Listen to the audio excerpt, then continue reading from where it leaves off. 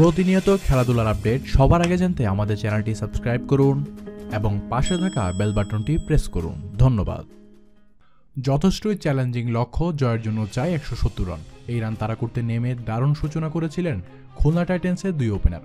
উদ্বোধনী গড়েছিল 90টি রান। তা দেখে মনে হয়েছিল জয়টা বুঝি সহজই হবে তাদের জন্য। কিন্তু প্রতিপক্ষ দলটির নাম রংপুর রাইডার্স, যার অধিনায়ক কিন্তু এমপি মাশরাফি বিন মর্তুজা। এমন দলের বিপক্ষে সহজেই পার পাওয়ার কথা নয়। ঠিক তাই হয়েছে। বাংলাদেশ প্রিমিয়ার লিগের দ্বিতীয় দিনে দ্বিতীয় ম্যাচে রংপুর শেষ পর্যন্ত জয় তুলে নিয়েছে। প্রতিদ্বন্দ্বিতাপূর্ণ এই ম্যাচে খুলনাকে তারা হারিয়েছে 8 রানে। দ্বিতীয় ম্যাচে খেলতে নেমে প্রথম জয়ের দেখা পেয়েছে গতবারের চ্যাম্পিয়নরা। রোববার মিরপুর শেরেবাংলা স্টেডিয়ামে অনুষ্ঠিত ম্যাচে রংপুরের করা 169 রানের জবাবে খুলনার ইনিংস থেমে যায় 161 রানে। খুলনার পক্ষে পল স্টার্লিং সর্বোচ্চ 61 রান করেছেন, আর জুনায়েদ সিদ্দিকী 33 ও মাহমুদুল্লাহ 24 রান করেও দলের হার এড়াতে পারেনি।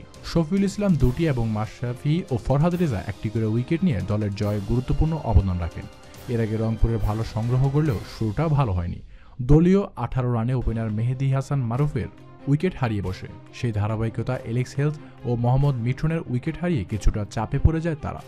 তবে চতুর্থ উইকেটে রিলি রুশু ও রবি বোপারা দারুণ একটি পার্টনারশিপ গড়ে দলকে বড় সংগ্রহের পথ দেখান।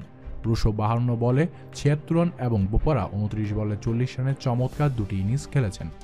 আলী খান ও জহির খান 1টি করে উইকেট নিয়েও রংপুরের সেই স্কোর গড়ার পথে খুব একটা বাধা হতে পারেনি।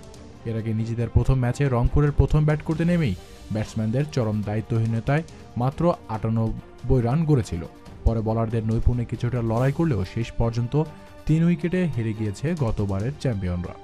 ধন্যবাদ জানাচ্ছি এতক্ষণ সাথে থাকার জন্য। ভিডিওটি ভালো লাগলে এখনই শেয়ার করুন এবং পরবর্তী খেলার আপডেট পেতে হলে চ্যানেলটি সাবস্ক্রাইব করুন, পাশে থাকা বেল বাটনটি প্রেস করুন।